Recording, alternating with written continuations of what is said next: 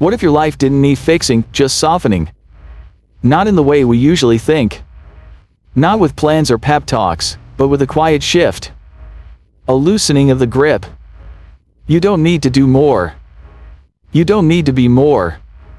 Sometimes, the most powerful transformation happens the moment we stop worrying, stop forcing, stop trying to outrun ourselves. This is about that moment. The one that changes everything, quietly, invisibly, and all at once. The tension you can't name. There's a weight you carry that doesn't show up in photos.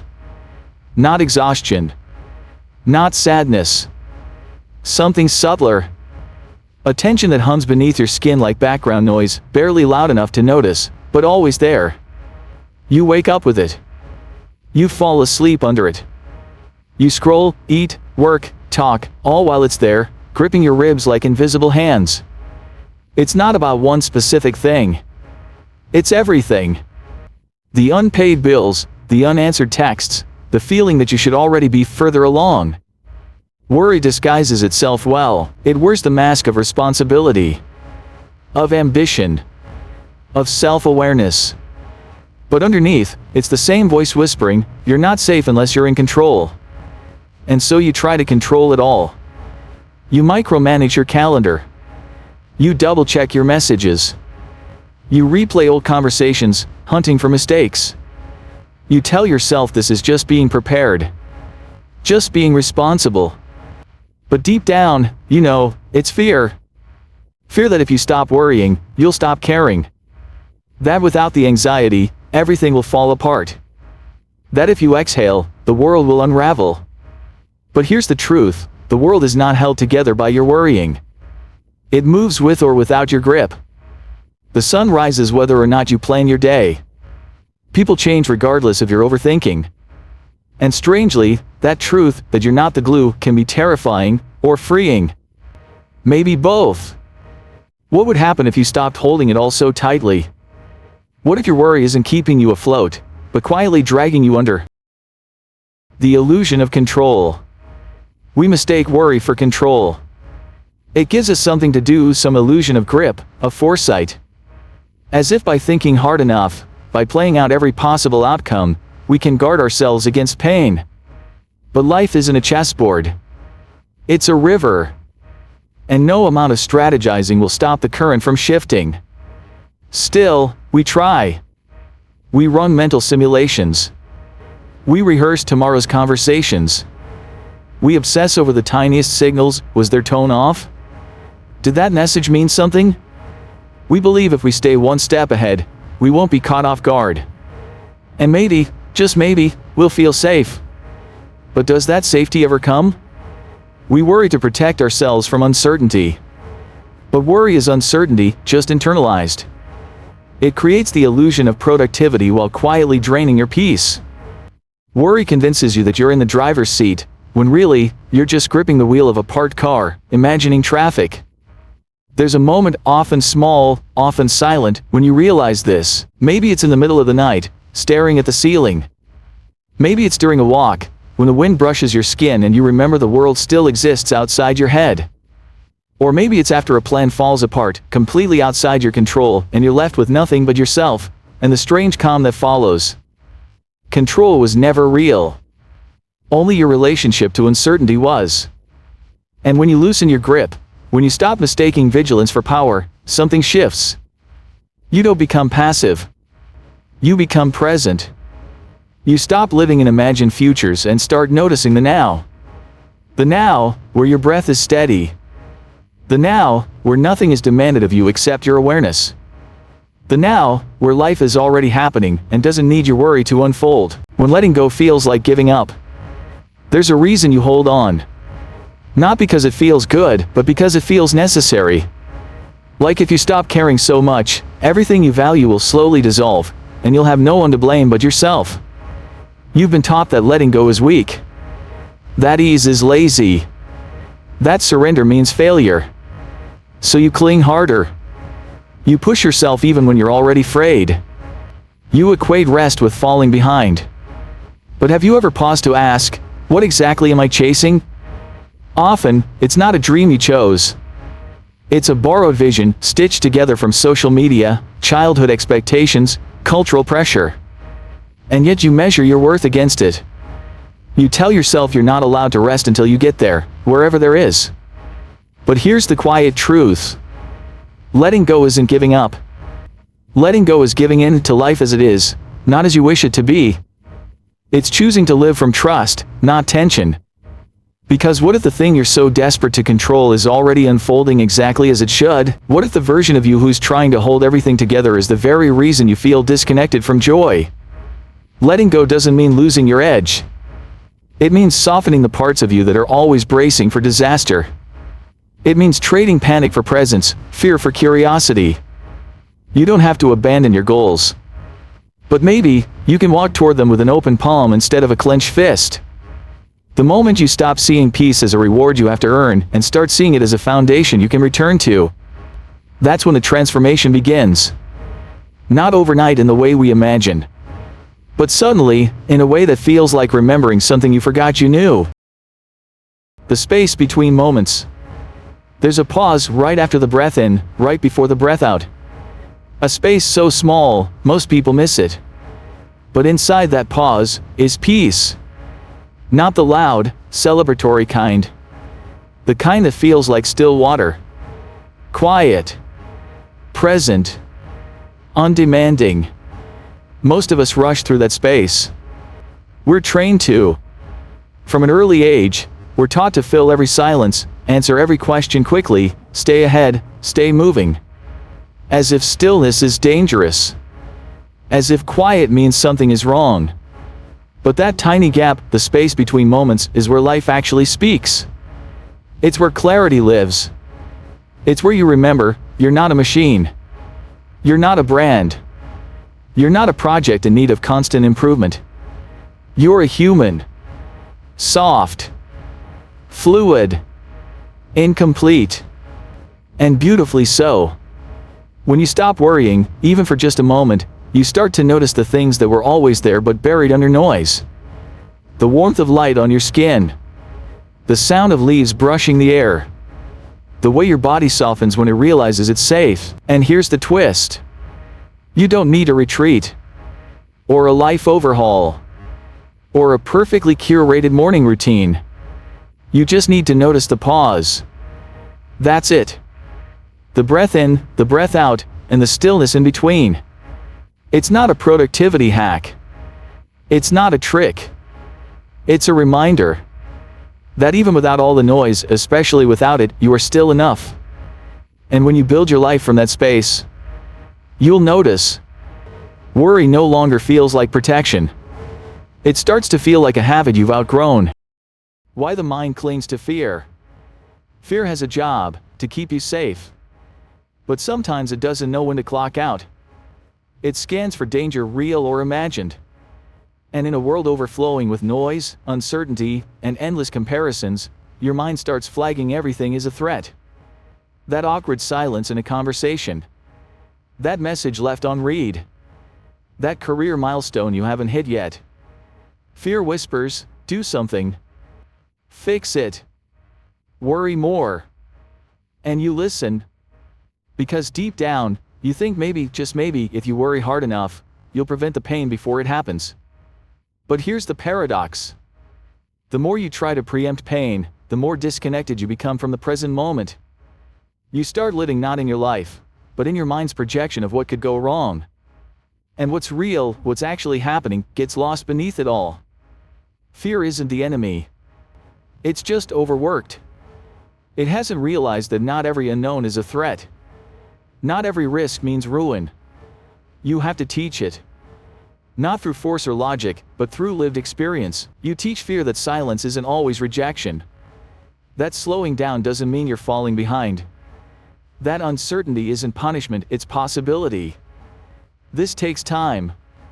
But every time you choose to breathe instead of spiral, every time you sit with discomfort instead of filling it with noise, every time you say, it's okay not to know, you're rewiring something deep inside. You're reminding your nervous system that safety isn't in control. It's in connection. Connection to your body. To the present.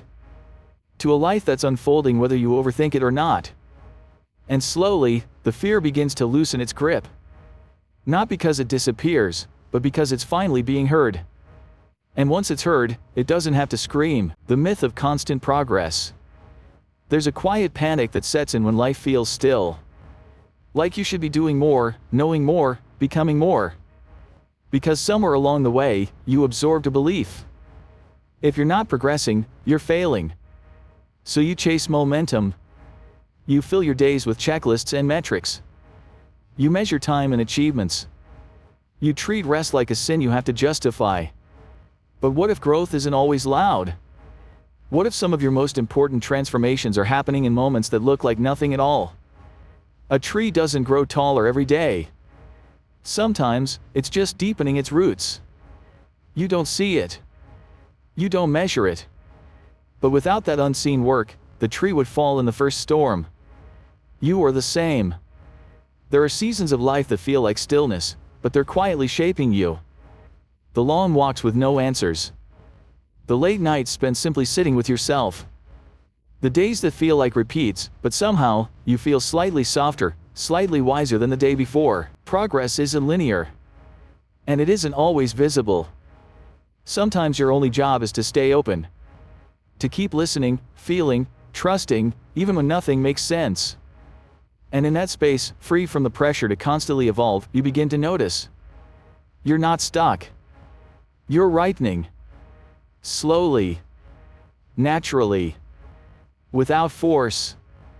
And one day, seemingly overnight, something will click. The fog will lift. The path will clear. The weight will ease. And you'll realize, the stillness was never wasted. It was sacred. What if nothing's wrong with you? What if the voice in your head saying you're behind, you're broken, you're not enough, isn't telling you the truth, but repeating an old, inherited story? Most of us don't realize how early we started believing we were problems to be solved. Maybe it was the way someone spoke to you. Maybe it was praise that only came when you succeeded. Maybe it was just the silence, no one ever saying, you're okay exactly as you are. So you grew up searching for fixes. Self-help. Optimization. Strategies to upgrade yourself. And while growth is beautiful, healing doesn't always look like change. Sometimes, healing looks like acceptance. The radical kind. The kind that doesn't wait for perfection. The kind that says, you're allowed to be unfinished and still worthy of love. That's a terrifying idea, isn't it? Because if there's nothing wrong with you, then who are you without the striving? What happens when you stop chasing improvement and start meeting yourself honestly, gently, right here? You might find someone softer than you expected. Someone who's not lazy, but tired. Not unmotivated, but overwhelmed. Someone who doesn't need fixing, but permission to be human. And when that moment lands, when you stop judging every anxious thought, every setback, every messy emotion, you start to relax. Not because life is easier, but because you are no longer your enemy. The transformation you've been chasing? It starts here.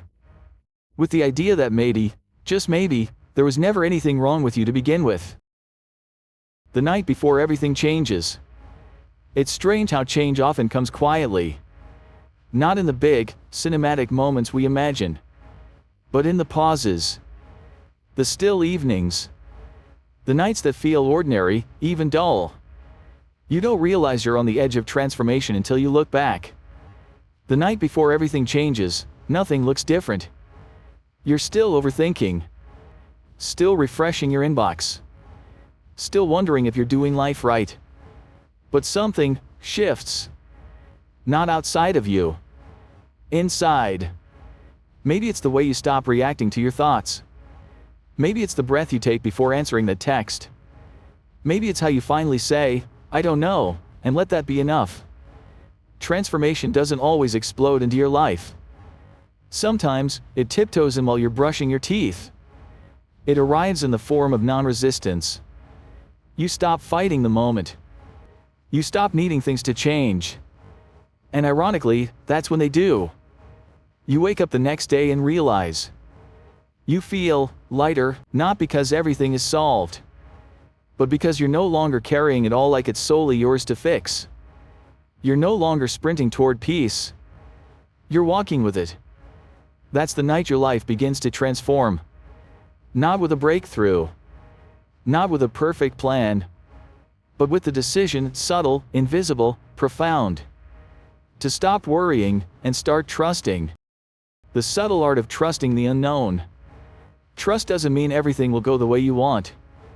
It means you'll be okay, even if it doesn't. And that's the hardest part. We want reassurance, guarantees, some sign that letting go won't cost us too much. But life doesn't work like that. It rarely shows its hand before you play yours. So we hesitate. We hold back our truths. We delay the leap. We think, once I'm sure, I'll act. But certainty never comes first. It follows trust.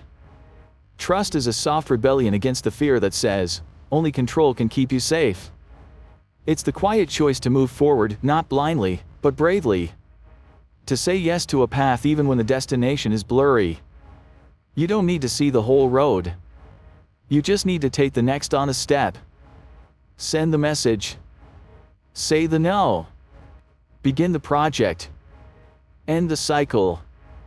Not because you know how it ends, but because it feels true right now. And here's the beautiful twist. The moment you choose trust over worry, even once, you begin to rewrite your story. You start realizing that strength isn't about having all the answers. It's about being rooted enough to live without them. To stay open in uncertainty. To say, I don't know what's next, but I trust myself to meet it. That's how life transforms. Not through force, but through faith, the soft, steady kind that grows inside you when you finally stop needing proof. The day you realize you're already free. There will come a day, not marked on any calendar, when you wake up and feel something different. It won't be fireworks. It won't be a sudden surge of motivation or a perfectly executed morning routine. It will be subtle, almost forgettable. You'll notice the quiet first. How your thoughts don't spiral the way they used to. How the tension in your chest has loosened, just enough for breath to move freely. You'll check your phone, but not out of panic. You'll remember your to-do list, but without the urgency. And that's when it will hit you. You're no longer living under the rule of worry. Not because life is perfect, but because you no longer believe anxiety is the price of caring. You stopped worshiping control as your protector. You stopped measuring your worth by your pace. You started living from trust. You'll still have doubts. You'll still feel fear. But they won't define you.